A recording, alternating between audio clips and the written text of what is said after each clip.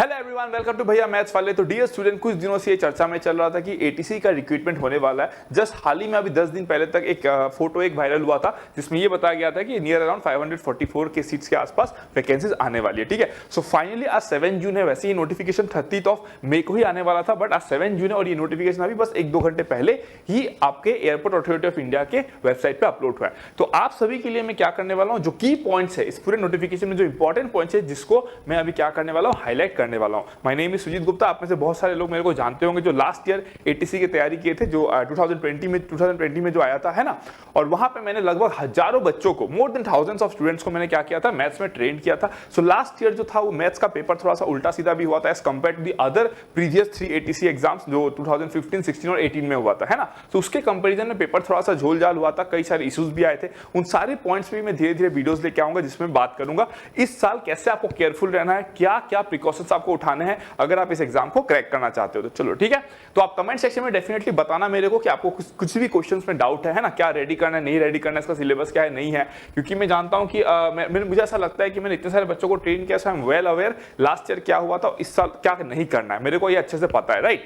सो बस based on that अगर आपको कोई भी गाइडेंस चाहिए होगा, आई एम ऑलवेज अवेलेबल। इस वीडियो के डिस्क्रिप्शन में आपको टेलीग्राम ग्रुप का लिंक मिलेगा जिसके थ्रू आप मेरे को कॉन्टैक्ट कर सकते हो, या फिर आप इस वीडियो के कमेंट सेक्शन में भी आपका जो भी डाउट है उसको लिख सकते हो। ठीक है, चलो मैं फटाफट अभी आपको की पॉइंट्स को हाईलाइट करता हूं। ठीक है, अगर मैं बात करूं नंबर ऑफ सीट्स की, जो नंबर ऑफ सीट्स आप यहाँ पे देख सकते हो दैट इज 400, टोटल सीट्स 400, जहां पे जनरल के लिए 163, ईडब्ल्यूएस के लिए 40 और यहाँ पे आप देख सकते हो बाकी डिफरेंट कैटेगरीज के लिए डिफरेंट सीट्स आपको देखने को मिल जाती है। ठीक है, अगर मैं बात करूं कि डिग्री वाइज क्या क्वालिफिकेशन चाहिए, तो कोई भी बीटेक डिग्री वाला बच्चा, बीई बीटेक डिग्री वाला बच्चा एलिजिबल है। किसी ने भी अगर बीएससी किया है जिसमें उसका फिजिक्स मैथमेटिक्स का सब्जेक्ट रहा है तो definitely he is also eligible. ये एकदम सिंपल सा क्राइटेरिया है जो आप आराम से यहाँ पे देख सकते हो, मैंने की हाईलाइट किया हुआ है। ठीक है, नेक्स्ट अगर मैं बात करूं, यहाँ पे एक इंपॉर्टेंट पॉइंट देख सकते हो जहां पे लिखा हुआ है ये जो वैकेंसीज है वो टेंटेटिव वो अप और डाउन हो सकती है। आप देखोगे मैक्सिमम वैकेंसी जो आती है पीएसयू की वजह से उसमें ऐसा लिखा रहता है, सो दैट बाद में अगर इंटरनल कुछ इश्यूज की वजह से अगर वैकेंसीज को रिड्यूस करनी पड़ जाए तो यहाँ पे वो मेंशन कर दिया है, सो दैट वो रेस्पॉन्सिबल नहीं होंगे इसके लिए। ठीक है ना, इट्स लाइक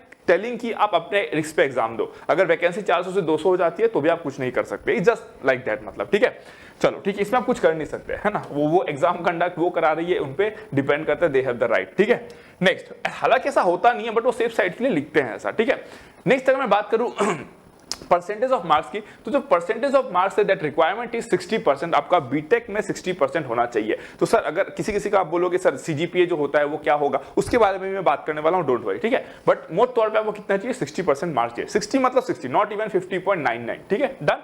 अब देखो नेक्स्ट, अगर मैं एज लिमिट की बात करूं तो एज लिमिट जो बताया गया है 27 ईयर्स एज ऑन 14 जुलाई 2022। मतलब आपका अगर बर्थ डेट 14 जुलाई 1995 के बाद है, मतलब 15 जुलाई 1995 से है, देन यू आर एलिजिबल। क्या बोला मैंने, अगर आपका बर्थ डेट जो है वो अगर 15 जुलाई 1995 से शुरू होता है तो आप एलिजिबल हो, उसके पहले अगर है तो आप एलिजिबल नहीं हो। ठीक है, डन। नेक्स्ट अगर मैं बात करूं, देखो अपर एज का रिलैक्सेशन होता है, ये हर एग्जाम में होता है, आपको पता है, गवर्नमेंट एग्जाम में, है ना, जो आपके लिए डिफरेंट कैटेगरीज के लिए दिया हुआ है। ओबीसी एससी एसटी के लिए 5 इयर्स, ओबीसी के लिए 3 इयर्स, नॉन क्रीमिलियर है, और आपका 10 इयर्स फॉर पीडब्ल्यूडी। ठीक है ना, तो ये सब चीज आपको पता है। ठीक है, पीडब्ल्यूडी मतलब पर्सन विद डिसेबिलिटी। ठीक है, अगर मैं नेक्स्ट बात करूं, यहाँ पे देखो ये इंपॉर्टेंट, सबसे जो इंपॉर्टेंट पॉइंट है, की पॉइंट क्या है यहाँ पे देखो, जो ऑनलाइन एप्लीकेशन है वो आपका 15 जून से शुरू होने वाला और कब तक रहेगा, 14 जुलाई तक। और ये एक्सटेंड भी हो सकता है, जनरली एक्सटेंड किया जाता है या तो कुछ एक्स्ट्रा फीस लेके, या तो अगर कोई इश्यूज आ जाए लेट्स से, जिसकी वजह से लास्ट टाइम जब हुआ था तो कोविड का थोड़ा सा सीन था, है ना, उस टाइम पे कुछ प्रॉब्लम्स थी, तो जिसकी वजह से एक्सटेंड किया गया था इस चीज को। ठीक है ना, काफी सारी बातें चल रही थी वैसे जब इसका नोटिफिकेशन आया था, उस टाइम पे तो कोविड का कोई मैटर नहीं था, बट फिर भी उसको आई थिंक 15 डेज के लिए एक्सटेंड किया गया था। जनवरी में आया था 2020, हाँ 2020 टाइम पे कोविड नहीं आया था ना, कोविड तो मार्च से आया था, राइट। ठीक है, तो उस टाइम पे इसको 15 डेज के लिए अराउंड एक्सटेंड किया गया था, हो सकता है इस बार भी किया जाए, बट क्यों टेंशन ले रहे हो यार, 1 महीना है, कभी भी फॉर्म फिलअप कर देना। ठीक है, चलो नेक्स्ट, अगर मैं बात करूं सैलरी की, तो सैलरी का जो पे स्लैब है वो आपका ये स्लैब है, आप जानते हो गवर्नमेंट पे स्लैब को कैसे रीड किया जाता है, तो आप इसको देख सकते हो, this is the pay slab. ठीक है, इसके अलावा आपका डीआरएस अलाउंस, डीए टीए ये सब रहता ही है। चलो ये सब बात की बात है, जब आप सिलेक्शन हो जाओगे तब उस पर ज्यादा फोकस करना। ठीक है, डन। अब अगर मैं नेक्स्ट बात करूं, यहाँ पे कुछ इंपॉर्टेंट पॉइंट्स है, क्या दिया गया देखो, candidates enrolled in final semester, जहां पे सेमेस्टर सिस्टम है, या फिर फाइनल ईयर जहां पे आपका क्या है, final year is applicable, year system is applicable, वहां पे आपको क्या करना है बेसिकली, आप एग्जाम दे सकते हो, आप एलिजिबल हो। लास्ट ईयर एक कंट्रोवर्सी था कि फाइनल ईयर वाला एलिजिबल है कि नहीं। लास्ट ईयर इनका नोटिफिकेशन में ये वाला पॉइंट थोड़ा सा चेंज हुआ है। लास्ट ईयर इन्होंने क्या बोला था, इन्होंने बोला था कि जिनका एग्जाम हो चुका है, जो रिजल्ट का अवेट कर रहे हैं, वो एग्जाम दे सकते हैं, provided subject to the condition की जब वो डॉक्यूमेंट वेरिफिकेशन के लिए जाए तो उनके पास सारे डॉक्यूमेंट्स होने चाहिए उनके, ये कंडीशन था। लेकिन इस साल उन्होंने साफ साफ मेंशन कर दिया candidates enrolled in final semester. Enrolled मतलब क्या होता है कि आप पढ़ाई कर रहे हो, राइट। अगर आप पढ़ाई कर भी रहे हो, मान लो किसी का भी एग्जाम कंप्लीट होने वाला है, क्योंकि ये जून का महीना है, आप सोचो, तो बहुत बच्चों का क्या होता है, जून जुलाई तक उनका मार्कशीट वगैरह आ जाता है, तो वही बोल रहे हैं कि वो क्या कर सकते हैं, इसको आराम से वो अप्लाई कर सकते हैं। या फिर वो ये पॉइंट से यही मतलब यही क्लियर होता है कि मान लो अगर कोई पढ़ाई कर भी रहा है, कोई अगर फाइनल ईयर में है, लेट्स से कोई अगर फाइनल ईयर में है, इन दैट केस आल्सो वो एग्जाम दे सकता है, कोई इशू नहीं है, प्रोवाइडेड कि जब डॉक्यूमेंट वेरिफिकेशन हो तो उसके पास उसका मार्कशीट वगैरह जो भी होता है फाइनल, वो उसके पास में होना चाहिए। सो लास्ट ईयर से ये पॉइंट इस बार डिफरेंट है, ठीक है ना। लास्ट ईयर से ये वाला पॉइंट थोड़ा सा देखने में डिफरेंट लगा हमको, ठीक है। नेक्स्ट अगर मैं बताऊं ये सब, तो एज, एक्सपीरियंस, रिजर्वेशन सर्टिफिकेट, अगर आप ईडब्ल्यूएस को तो ईडब्ल्यूएस, ओबीसी, एससी, एसटी, वो जो कुछ भी है दैट शैल बी रिकॉर्ड मतलब that should be calculated as on 14/7/2022, है ना, यही डेट को माना जाएगा, ठीक है। नेक्स्ट अगर आप नेक्स्ट की पॉइंट की बात करो तो यहाँ पे ढेर सारे पॉइंट्स हैं, आप इसको गो थ्रू कर सकते हो। इंपॉर्टेंट यहाँ पे क्या क्या मैं वही बता रहा हूँ आपको बस।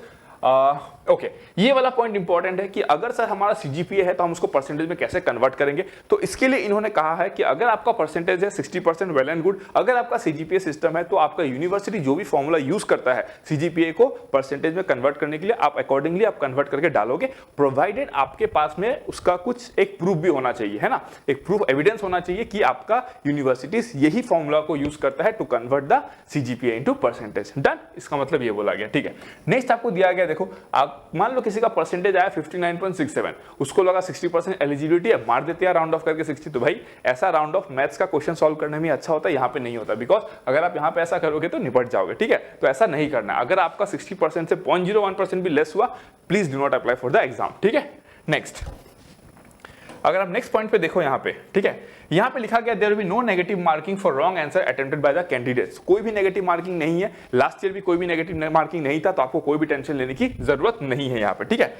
अब यहाँ पे दिया गया है कि जो एग्जाम होगा उसके बाद में इसमें कोई भी इंटरव्यू नहीं होता। लास्ट ईयर भी यही था, उसमें वॉइस टेस्ट होता है और आपका डॉक्यूमेंट वेरिफिकेशन होता है, ठीक है, यहाँ पे लिखा गया। तो लास्ट ईयर भी यही सीन था आपका, ठीक है। अगर मैं नेक्स्ट बात करूँ यहाँ पे और क्या लिखा गया, देखो the selection of candidate shall be executed. हाँ, यहाँ पे आपका जो ज्वाइनिंग जो बॉन्ड रहता है वो रहता है 7 लाख का। जो एटीसी होता है उसमें 7 लाख का होता है, जो एओ होता है उसमें 5 लाख का होता है, और ये लास्ट ईयर भी सेम था। इस साल एओ की बात नहीं की गई है, क्यों? क्योंकि एओ का इस बार कोई नोटिफिकेशन आया ही नहीं है, ठीक है। डन। नेक्स्ट अगर आप देखोगे यहाँ पे selected candidates will be liable to be posted anywhere in India. Yes, selected candidates India के किसी भी जोन पे पोस्ट हो सकते हैं, उसमें आप कुछ नहीं कर सकते, ठीक है। नेक्स्ट यहां पे लिखा गया हाउ टू अप्लाई में, अगर आप देखोगे यहां पे application fees and mode of remittance. हाँ, यहाँ पे एक इंपॉर्टेंट पॉइंट दिया गया कि जो एप्लीकेशन फीस है वो जनरल कैंडिडेट्स के लिए कितना है, 1000 रुपए है। फीमेल के लिए एससी एसटी के लिए कितना दिया गया, 81 रुपीज दिया गया, जो कि लास्ट ईयर 170 रुपीज था। तो आपके लिए गुड न्यूज है, लड़कियों के लिए ना 81 रुपीज दोगे और मस्त तरीके से फॉर्म फिलअप कर सकते हो। वैसे देखा जाता है थोड़ा सा अनफेयर लगता है, बट क्या ही कर सकते हैं। मतलब मैं एज ए मेल कैंडिडेट में बोलता हूँ कि थोड़ा सा अनफेयर लगता है from male point of view, but ठीक है, अब इसमें क्या कर सकते हैं, इट्स ओके, ठीक है, गवर्नमेंट का डिसीजन हम कुछ कर नहीं सकते, ठीक है ना। एनीवे चलो इस पे आप अपना ओपिनियन रखना, है ना, कमेंट सेक्शन में बताना आप क्या फील करते हो जब आप देखते हो कि उन पर्टिकुलर कैंडिडेट्स के लिए 81 रुपीज है और एक जनरल कैंडिडेट के लिए 1000 रुपीज। आपका ओपिनियन बताओ, है ना, मैं अपना कुछ कमेंट नहीं रख रहा, आप बस अपना ओपिनियन बताना, ठीक है। डन। नेक्स्ट लास्ट ईयर में बता दे रहा हूं, ये आपका 170 था, इस बार उसका आधा से भी कम कर दिया गया, ठीक है। नेक्स्ट यहाँ पे कुछ इन्फॉर्मेशन है जो आपको चेक कर लेना है। यहाँ पे दिया गया, देखो, photograph in cap head dark glasses will not be acceptable. मतलब अगर आप सनग्लास लगा के, स्पेक्स लगा के अगर आप फोटो खिंचवाओगे और फोटो को अपलोड करोगे तो आपका एप्लीकेशन रिजेक्ट भी हो सकता है, बी केयरफुल। यहाँ पे ये भी लिख दिया गया है कि अगर कोई रिलीजियस हेड वेयर, जैसे कि फॉर एग्जाम्पल हमारे मुस्लिम जो भाई होते हैं वो सर पे ऐसा हेड, वो टोपी जैसा लगाते हैं ना, सो अगर आप वो लगाते हो इट्स वेल एंड गुड, कोई दिक्कत नहीं है, कोई तकलीफ नहीं है, पर आपका फेस ढका नहीं होना चाहिए। क्योंकि आप देखते हो इंडिया में इन दिनों बस यही सब होता है, कभी भुरका लेके लड़ाई होता है तो कभी कुछ लेके लड़ाई होता है ना। सो इन सब चीजों को ही अवॉइड करते हुए इसको लिखा गया कि आपको जो करना है भाई करो, आपका फेस ढका नहीं होना चाहिए, वो क्लियर होना चाहिए, ठीक है। तो दैट्स अ गुड डिसीजन, है ना, रिलीजियस चीजों को रेस्पेक्ट करना चाहिए, ठीक है। अगर मैं नेक्स्ट बात करूं यहाँ पे और क्या दिया गया, important, so there is nothing important such. हाँ, बस यहाँ पे ये दिया गया कि online test will be bilingual, that is Hindi and English. तो सब कुछ लास्ट ईयर जैसा ही है। लास्ट ईयर से इस बार बदला क्या है मैं आपको ये बता देता हूँ, ठीक है ना। लास्ट ईयर से बदला क्या है, जो एप्लीकेशन फीस है वो कितना हो गया है। लास्ट ईयर ये कितना था आपका last year it was 170 rupees for females and 1000 for general candidate. इस साल भी 1000 for general candidate but 81 rupees for females. और क्या बदला है, लास्ट ईयर फाइनल ईयर में जो पढ़ रहे हैं वो एलिजिबल नहीं थे, इस साल जो फाइनल ईयर में पढ़ रहे हैं वो भी एलिजिबल है, बट मेक श्योर कि जब डॉक्यूमेंट वेरिफिकेशन हो तो आपके पास में आपका जो भी डॉक्यूमेंट्स चाहिए होगा वो आपके पास में अवेलेबल है।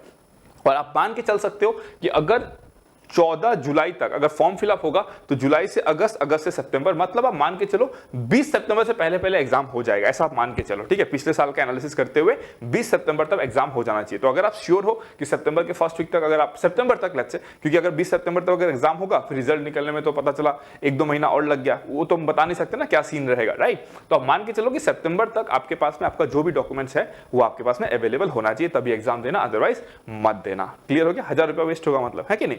तो इन सारे पॉइंट्स मैंने बात कर लिया है ना। तो आप में से बहुत लोग मेरे को जानते होंगे, कुछ लोग नहीं भी जानते हो कि लास्ट ईयर मैंने एटीसी के लिए हजारों बच्चों को ट्रेन किया in the field of mathematics, but थोड़ा सा लक खराब था कि पेपर जो था वो एकदम ही अलग हो गया, सिर्फ 3 चैप्टर से क्वेश्चन आ गए, ठीक है। सो इस बार मैं बहुत स्पेशल फोकस रखूंगा उन 3 चैप्टर्स को पढ़ाने के लिए, क्या पता इस साल भी वैसा ही क्वेश्चन आ जाए, है ना। तो बहुत ही स्पेशल इंपॉर्टेंस देंगे हम लोग permutation combination vector 3D probability को, क्योंकि लास्ट ईयर इनमें से क्वेश्चन आए थे। So will take care of all these things, don't worry, ठीक है। बस आपका जो भी सजेशन रहेगा, जो भी एडवाइस चाहिए, जो भी गाइडेंस चाहिए, क्योंकि मैं मानता हूं कि लास्ट ईयर में शायद इंडिया में सबसे ज्यादा बच्चों को ट्रेन किया था, है ना, पूरे इंडिया में बात कर रहा हूं, ठीक है। तो डेफिनेटली मैं एक अच्छा आइडिया रखता हूं इस एग्जाम के बारे में, इसका इनसाइट जो है, क्या चाहिए, क्या पढ़ना है, क्या नहीं पढ़ना है, maybe in maths, maybe in physics, so इसका मेरे को एक अच्छा आइडिया है। तो कोई भी गाइडेंस चाहिए होगा, I am always available, I am always open to you. कभी भी आप मेरे को रीच कर सकते हो through the Telegram channel that has been provided in the description, या फिर आप कमेंट सेक्शन के थ्रू भी मेरे से एंगेज कर सकते हो। कोई भी अगर मैं लाइव क्लास लेके आऊंगा, स्पेशल क्लास लेके आऊंगा, लेट्स से परम्यूटेशन कॉम्बिनेशन का, प्रोबेबिलिटी का, तो वो इसी चैनल पे अवेलेबल होगा, ठीक है। Thank you so much, love you all. अगर आपको वीडियो अच्छा लगा तो डेफिनेटली आप इसको शेयर करो अपने दोस्तों तक, और आप अभी तक अगर चैनल को सब्सक्राइब नहीं किया तो सब्सक्राइब कर लो, क्योंकि जो भी क्लासेस वगैरह जो भी लगने वाली है सब इसी चैनल पे लगने वाला है। Okay, thank you so much, love you guys. फिर मुलाकात करते हैं जल्दी दूसरे वीडियो पे, जिसमें मैं न्यू इंफॉर्मेशन आपके लिए इस एग्जाम के लिए लेकर आने वाला हूं, ठीक है। Thank you.